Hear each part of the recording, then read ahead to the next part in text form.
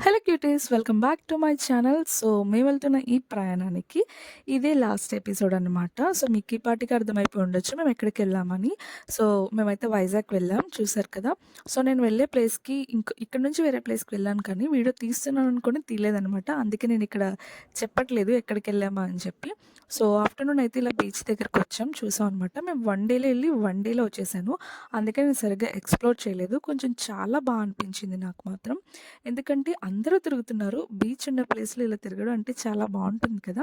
So, నాకు కొంచెం ఏమనిపించిందంటే చెన్నైలో కూడా సేమ్ ఇలానే ఉంటుంది కదా. కొంచెం చెన్నై గుర్తొచ్చిందనమాట ఇది చూడగానే. చాలా బావుందనిపించింది. First experience the best experience అంటారు కదా. నిజంగా అలానే అనిపించిందనమాట. మేమైతే అండర్ బడ్జెట్‌లోనే వెళ్ళాం. సో, 1000 బిలోనే అయింది మాకు ఈ ప్రయాణంలో.